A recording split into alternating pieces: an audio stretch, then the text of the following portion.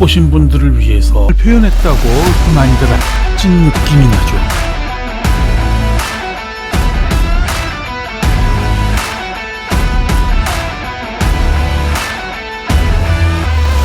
공식 불문율은 그래도 횡단한 사람이 린드버그 대 에이비스. 처음 한 011만 성공한.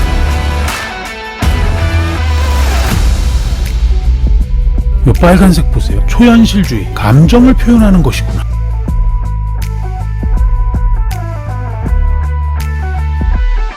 고대 그리스의 비극들, 살아있는 사진작가로는 최초로.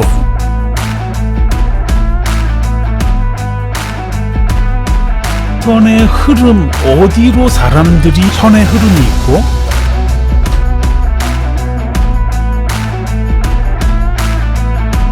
안녕하세요. 사진학개론 김경만입니다.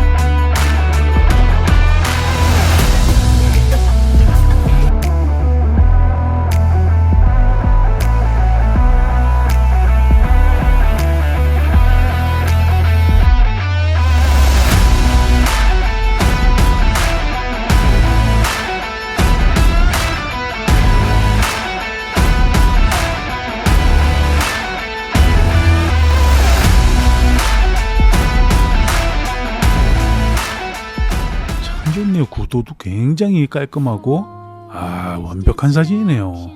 서윗 작가님 기억해야 할 작가군요. 토반 작가님이 오랜만에 스스로에게 묻는 안부. 와 결국 카메라는 나를 향하게 되어 있다. 이야 세네요. 이거 어떻게 이렇게 세지? 귀신 같기도 하고 옛날 VHS 느낌 있죠? 나이 드신 분들은 또 베타 테이프 뭐 이런 거 안 빠져가지고 야한 거 보다가 엄마한테 걸리니까 가위로 잘라야 되는 뭐 이런 느낌. 그러니까 괴기 쪽이나 무서운 쪽이나 혹은 뭐 이렇게 사라지는 것 같은 느낌이 드는데, 오늘은 그보다 훨씬 이전에 대한민국에도 아티스트가 있었다.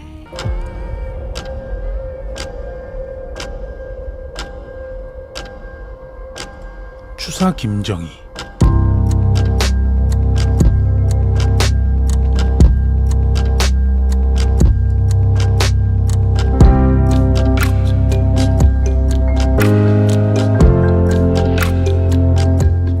여러분은 추사 김정희 하면은 무슨 느낌이 나나요? 글씨 잘 쓰는 사람? 근데 말이죠, 이 글씨를 보고 이 글씨가 말이죠, 사대부에게 조롱을 당했던 이게 글씨냐? 이게 많이 들었던 말 아닙니까? 사진학개론에서 항상 얘기하던, 그러니까 반고흐 있죠? 화가 중에 반고흐 그냥반이 조롱을 당했죠. 역사적으로 유명한 회화 그 화가는 거의 다 조롱을 당했죠. 사진은 어떻습니까? 사진도 살롱 사진 하는 사람들한테 역사적으로 늘 핍박을 받았죠. 혹은 예술을 하는 사람들, 미술을 하는 사람들에게 사진을 하는 사람들은 조롱을 당했죠. 그러니까 늘 똑같아요. 뭐냐? 아티스트는 늘 핍박을 당해요. 시대가 흐르고 나서 인정을 받고 놀라운 사람이었다. 소름 돋는 사람이다. 반고흐는 공부하면 공부할수록 정말 소름 돋는 사람이죠. 그런데 우리나라에도, 우리 조상 중에도 추사 김정희가 있었다. 계산무진. 대체 이 글씨체가 이게 뭐냐? 지금 봐도 놀라운데 조선시대에는 대체 이거 어떻게 받아들였을까요? 끔찍하죠? 현대인이 봐도 끔찍한데 조선시대 4대부들이 정말 깜짝 놀랐겠죠. 남들이 보면 상당히 이게 뭐냐, 대칭도 안 맞고 네모에 맞게 들어가야 되는데 비율도 아름답지 않고 한석봉글씨처럼 좀 깨끗하게 이렇게 안 썼다. 떡을 썰듯이 글씨를 써야 되지 않겠냐 라고 생각하지만, 그럼 이건 못 배운 사람이 쓴 글씨다 라고 생각할 수 있지만, 배움의 끝까지 가면, 그러니까 사진을 찍다 끝까지 가면 이런 사진이 나오는 거예요. 토반 작가님처럼 이런 사진이 나오는 거예요. 끝까지 가면 당황스러운 그런 사진이 나오는 거죠. 중국의 베이징에서 추사 김정희 선생의 전시회가 열렸는데 한국에서는 뭐 전시를 하더라도 보는 사람이 몇 있겠어요. 근데 중국에서는 30만 명 이상이 몰려서 추사 김정희를 사랑하는 중국인들이 더 사랑하는 거죠. 여기서 중요한 거, 추사 김정희의 예술혼, 예술 정신은 현대 추상 표현주의와 맞닿아 있다고 전시를 기획한 이동국 큐레이터가 얘기했어요.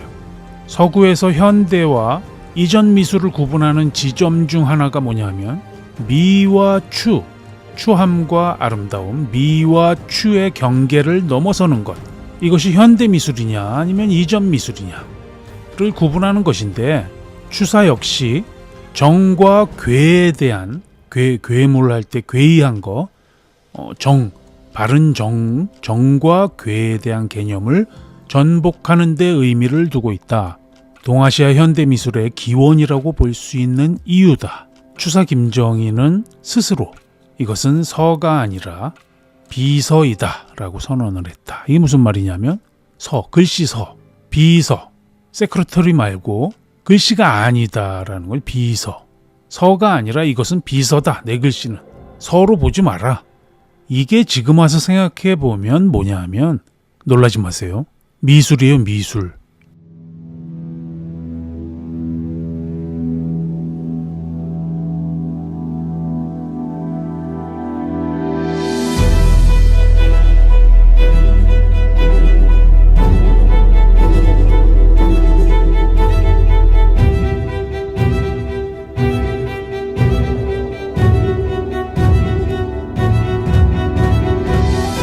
글씨를 미술로 쓴 거예요. 미술로 그린 거예요. 그러니까 서에 대한 관념을 뒤집은 것이죠. 서는 무언가를 기록한다거나 감정을 쓰는 것, 감정을 쓰고 전달하고자 하는 데이터, 내용을, 컨텐츠를 쓰는 것이라고 생각하지만 추사 김정희는 비서이므로 글씨의 기본 기능이 아니라 글씨를 가지고 예술을 했다고 선언하는 것과 같은 이야기예요. 서양의 현대미술이 점선면, 사진도 마찬가지로 제가 맨날 말씀드리는 게 뭐예요? 점선면, 이것이 추사의 세계에 있다. 추사의 세계는 선 대신에 획을 넣어서 점획면이라는 개념으로 추사 김정희는 글씨를 쓰는데 그 글씨는 아트고 추사는 아티스트였다.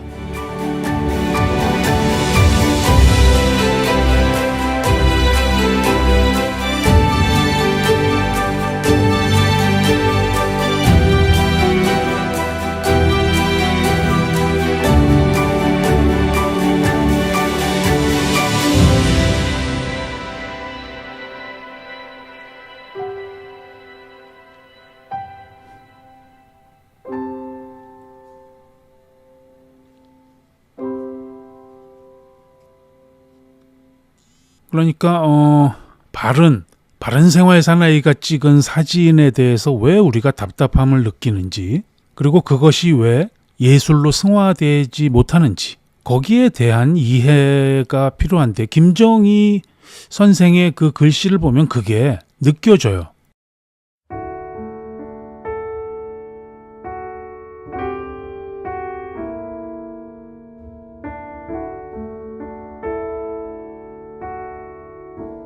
이 양반도 좋은 집안에서 태어났지만 정치적으로 밀려가지고 제주도로 귀향을 가죠.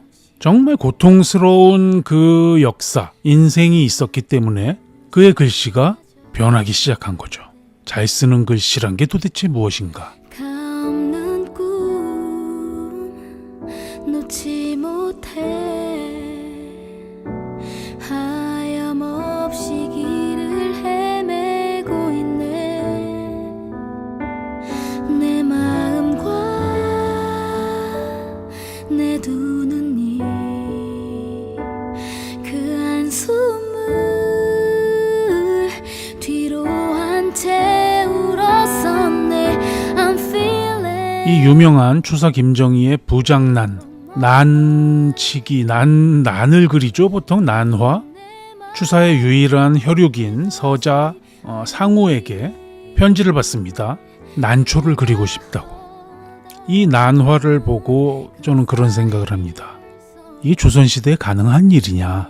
이 프레임 안에 저 뻘건 도장까지 합해서 글씨와 그림과 여러 가지 형태의 도장까지, 이 사람 도장도 많았나 봐.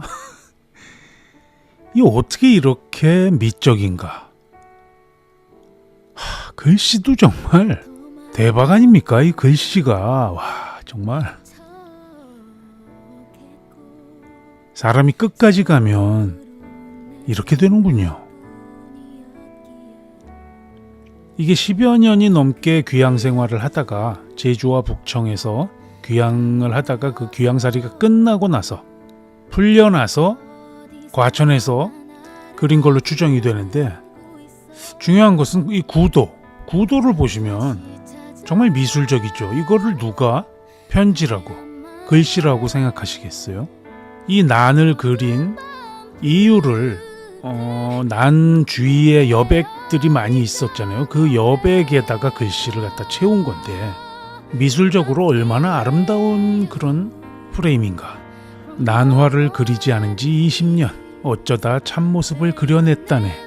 문 닫아 걸고 찾고 찾던 곳, 이곳이 세속 불자에 둘도 없는 선계인 것을.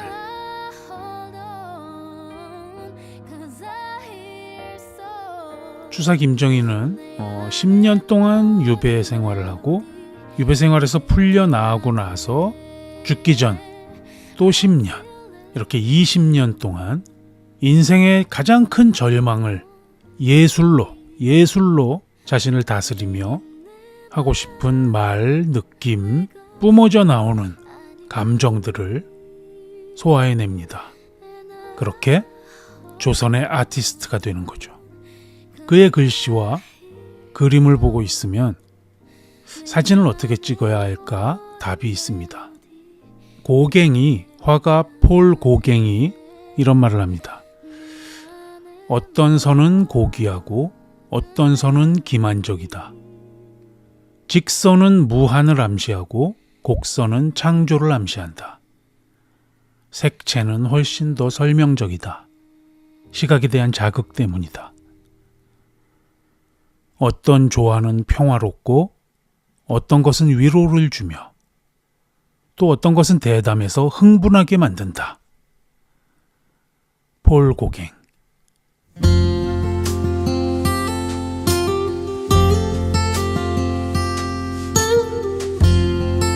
빈센트 반 고흐는 이런 말을 합니다.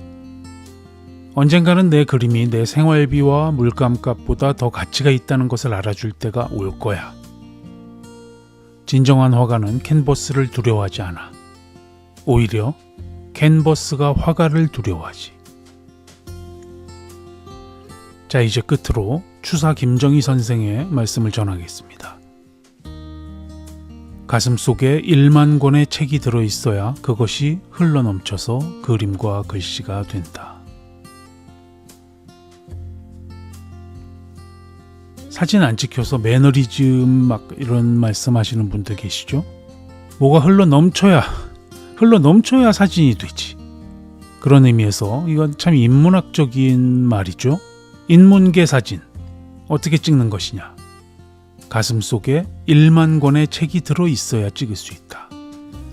지식과 감정과 경험이 쌓이고 쌓여서 귀양살이를 하고 누군가 밉고 죽이고 싶고 상처받고 배신당하고 고통스러움의 끝에서 그것이 흘러넘쳐 사진이 되고 그림이 되고 글씨가 된다. 그림 그리는 사람, 사진 찍는 사람은 더더욱 그렇죠. 들어있는 게 있어야 보이고 보이면 찍을 수 있다. 있으면 찍을 수 있다가 아니라 보이면 찍을 수 있다. 있어도 못 찍고 보이면 찍을 수 있다. 다음 시간에 뵙겠습니다.